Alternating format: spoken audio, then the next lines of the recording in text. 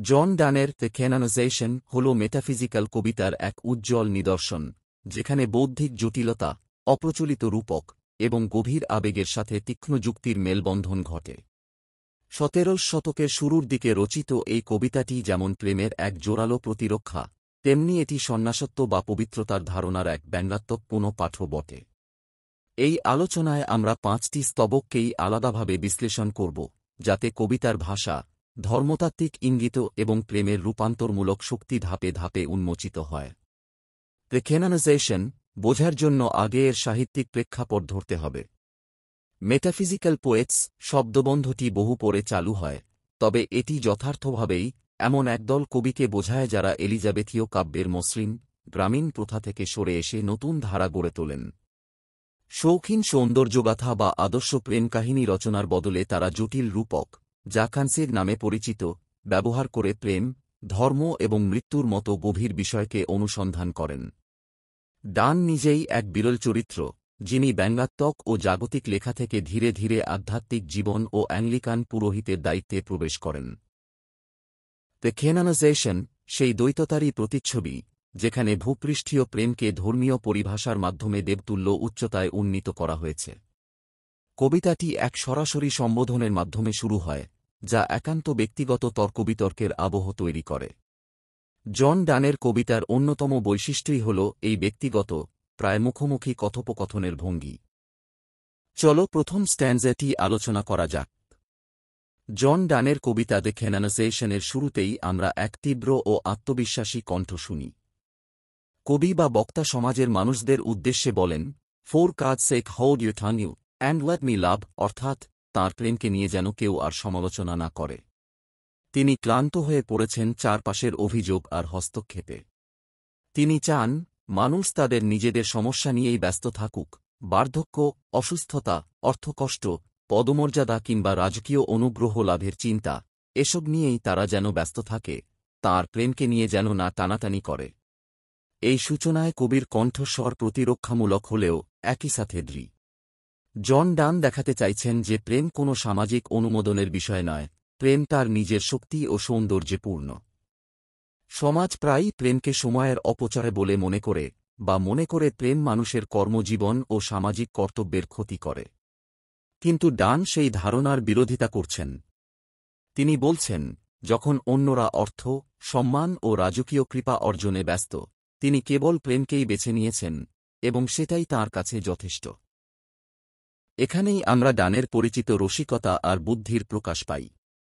তিনি ঠাট্টা করে বলেন, যারা ধন, মর্যাদা বা রাজার মুদ্রার মুখ দেখে মুগ্ধ হয়, তারা সেই পথেই চলুক। তাঁর কাছে শেষবের কোনো মূল্য নেই।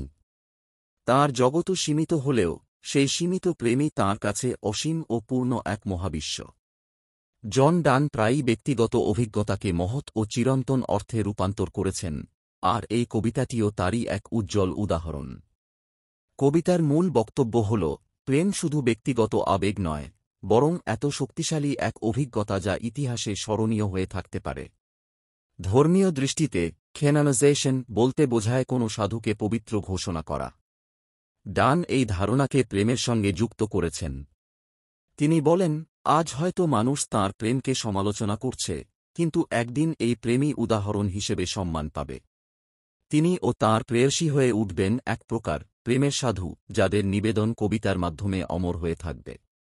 তাই কবিতার সূচনাই মূল দ্বন্দ্ব তৈরি করে, সমাজের সমালোচনা বনাম প্রেমের সত্য। কবি সব ধরনের সম্পদ, ক্ষমতা, খ্যাতি থেকে নিজেকে সরিয়ে নিচ্ছেন। তিনি বুঝতে পেরেছেন, এসব ক্ষণস্থায়ী।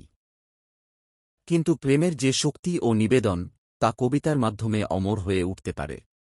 সহজ করে বললে, এই কবিতা প্রেমকে সামাজিক সমালোচনার হাত থেকে রক্ষা করার এক সাহসী ঘোষণা।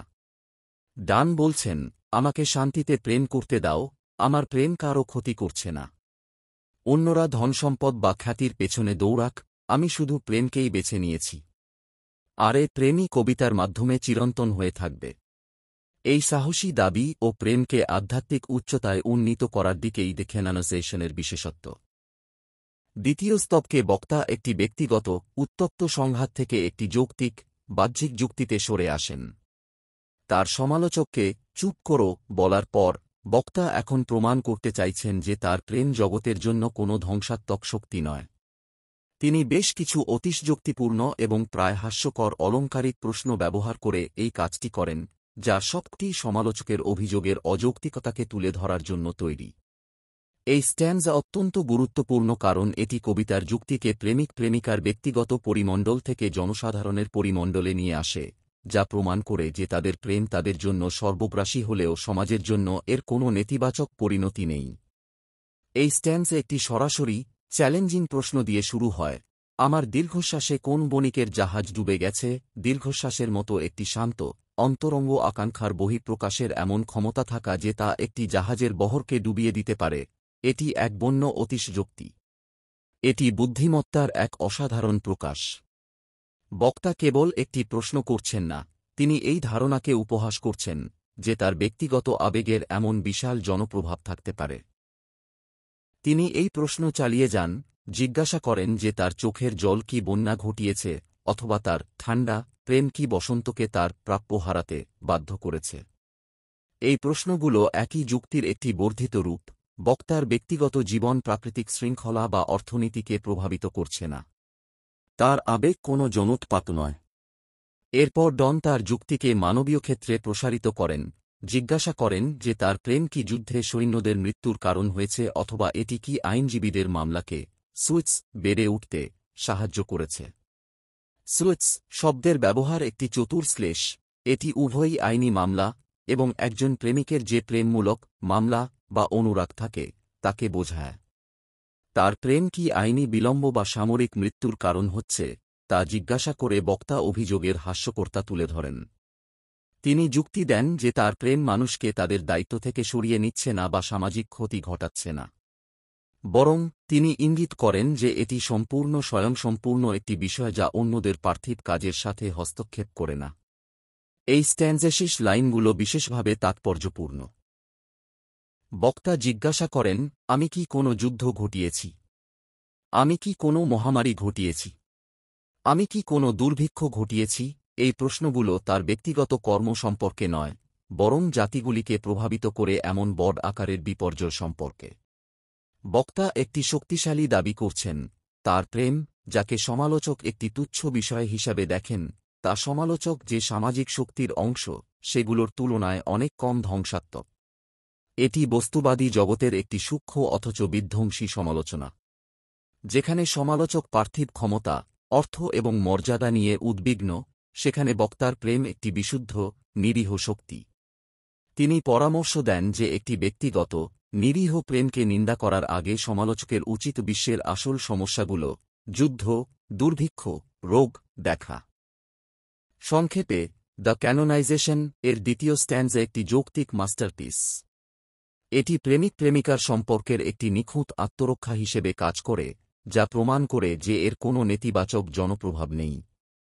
হাস্যকরভাবে অতিশযোক্তিপূর্ণ প্রশ্ন ব্যবহার করে বক্তা তার সমালোচকের উপর চাপ সৃষ্টি করেন, অভিযোগের তুচ্ছতা প্রকাশ করেন এবং কবিতার কেন্দ্রীয় বিষয়টিকে জোর দেন।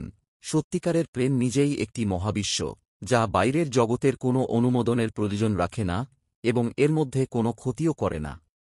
এই স্ট্যান্জা প্রথমে সমস্ত হতাশাবাদী, পার্থিব আপত্তি দূর করে কবিতার আরও গভীর, আধ্যাত্মিক যুক্তির জন্য মঞ্চ তৈরি করে। তৃতীয় স্ট্যান্জা কবিতার সবচেয়ে প্রতিভাধর অংশ, যেখানে ডন তার মেটাফিজিক্যাল দক্ষতার পূর্ণ ব্যবহার করেছেন।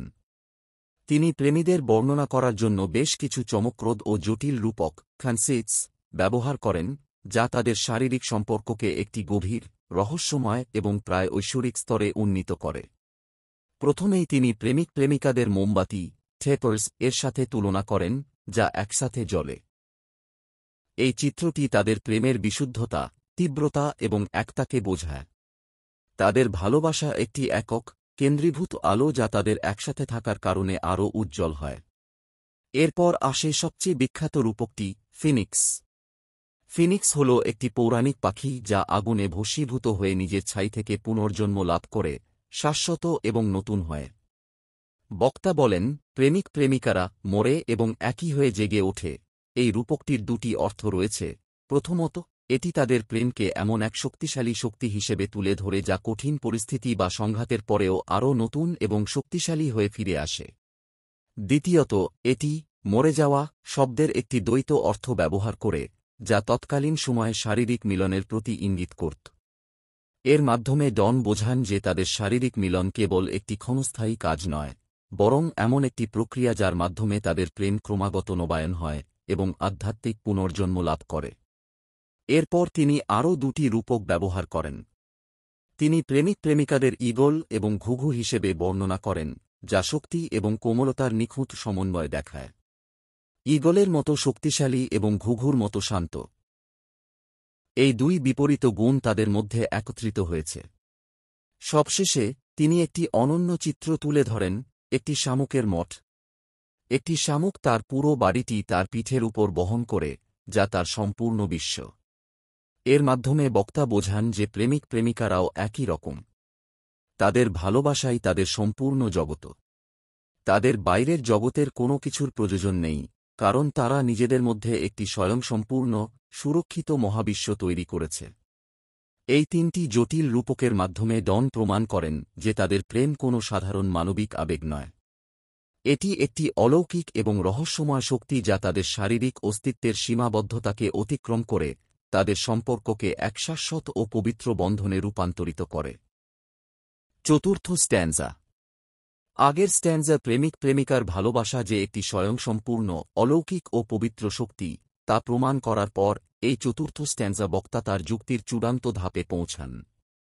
এখানে তিনি কেবল তার প্রেমকে রক্ষা করছেন না, বরং এটি যে একটি মহৎ এবং অমর শক্তি, তা সরাসরি ঘোষণা করছেন।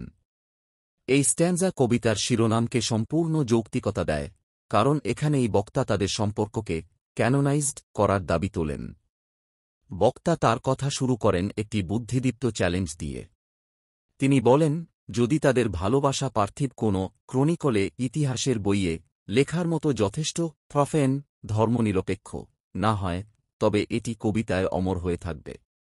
এটি শিল্প এবং সাহিত্যের শক্তি সম্পর্কে একটি শক্তিশালী বিবৃতি। তিনি বোঝান যে পৃথিবীর রাজা, রাজ্য এবং পার্থিব বিষয়গুলি সময়ের সাথে সাথে বিস্মৃত হয়ে যায়, কিন্তু কবিতা এবং ভালোবাসা অনন্তকাল ধরে টিকে থাকে। এরপর তিনি আরও একবার ডায়ে, মরে যাওয়া শব্দটির শ্লেষপূর্ণ ব্যবহার করেন। তিনি বলেন, তারা প্রেমের জন্য মরে যেতে পারে, কিন্তু তাদের প্রেম মরবে না। এখানে মরে যাওয়া বলতে কেবল শারীরিক সমাপ্তি নয়, বরং ভালোবাসার জন্য নিজেকে উৎসর্গ করা এক ধরনের আত্মত্যাগকে বোঝানো হয়েছে। এটি এক নতুন ধরনের শাহাদাত, মর্টেরডাম, যেখানে তারা কোনো ধর্মীয় বিশ্বাসের জন্য নয়, বরং একে অপরের প্রতি গভীর ভালোবাসার জন্য নিজেদের সমর্পণ করছে। এই ধারণার মাধ্যমে ডন পার্থিব প্রেমকে সর্বোচ্চ আধ্যাত্মিক মূল্য প্রদান করেন। বক্তা আত্মবিশ্বাসের সাথে ঘোষণা করেন যে তারা প্রেমের জন্যই ক্যানোনাইজড হবেন। এখানে ক্যানোনাইজেশন শব্দটি কেবল একটি রূপক নয়, এটি একটি গুরুতর এবং পবিত্র প্রক্রিয়াকে ইঙ্গিত করে। খ্রিস্টান ঐতিহ্যে একজন সাধক, সেন্ট হিসাবে স্বীকৃতি পাওয়ার প্রক্রিয়া এটি, যার মাধ্যমে একজন ব্যক্তি পরকালে পূজিত হওয়ার মর্যাদা লাভ করেন। বক্তা ঠিক একই পবিত্র প্রক্রিয়া তাদের প্রেমের জন্য দাবি করেন। এর মাধ্যমে তিনি প্রচলিত ধর্মীয় ধারণাকে সম্পূর্ণরূপে পাল্টে দেন এবং বোঝান যে পবিত্রতা কেবল গির্জা বা ধর্মীয় বইয়েই সীমাবদ্ধ নয়, বরং এটি দুজন মানুষের মধ্যেকার বিশুদ্ধ ও গভীর ভালোবাসার মধ্যেও বিদ্যমান। তারা কেবল সাধু হবেন না, তাদের ভালোবাসার গল্প একটি কিংবদন্তি, ওয়াজেন্ড হয়ে উঠবে, যা ভবিষ্যতের প্রেমিকদের জন্য একটি দৃষ্টান্ত তৈরি করবে। বক্তা কল্পনা করেন যে ভবিষ্যতে যখন কোনো প্রেমিক তার ভালোবাসাকে বোঝানোর জন্য উদাহরণ খুঁজবে, তখন তারা তাদের দুজনের দিকে তাকাবে। তাদের প্রেম পরিণত হবে এক পবিত্র ইতিহাসে, যা মানুষের কাছে প্রেমের বাইবেল বা উপাখ্যানের মতো হয়ে উঠবে। এই স্ট্যানজা মূলত একটি বিপ্লবী ঘোষণা। ডন প্রচলিত ধর্মীয় এবং সামাজিক ধারণার বিরুদ্ধে গিয়ে প্রমাণ করেন যে সত্যিকারের প্রেমই মানব জীবনের সর্বোচ্চ পবিত্র অভিজ্ঞতা। তিনি দাবি করেন যে তার প্রেম কেবল মানুষের কাছে অনুকরণীয় হবে না, বরং আধ্যাত্মিক মর্যাদায়ও এটি সর্বোচ্চ স্থানে অধিষ্ঠিত হবে। এটি কেবল একটি আবেগপূর্ণ কবিতা নয়, বরং একটি দৃঢ় ও বুদ্ধিদীপ্ত যুক্তি যা মানুষের প্রেমকে নতুন এক উচ্চতায় নিয়ে যায়। দ্য ক্যানোনাইজেশন এর পঞ্চম ও শেষ স্ট্যানজা একটি শক্তিশালী এবং আবেগপূর্ণ উপসংহার। আগের চারটি স্ট্যানজা বক্তা তার প্রেমের পবিত্রতা নিয়ে যে তীব্র যুক্তি এবং দাবি উত্থাপন করেছিলেন, এই স্তবকে তিনি সেগুলোকে একটি চূড়ান্ত রূপ দেন। এখানে বক্তার সুর আত্মরক্ষা থেকে ভবিষ্যৎবাণীতে পরিবর্তিত হয়।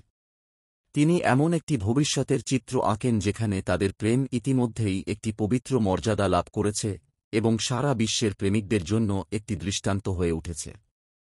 বক্তা কল্পনা করেন যে ভবিষ্যতে যখন প্রেমিক প্রেমিকারা তাদের ভালোবাসার কষ্ট বা আনন্দ নিয়ে বিপর্যস্ত হবে, তখন তারা তাদের কাছে প্রার্থনা করবে।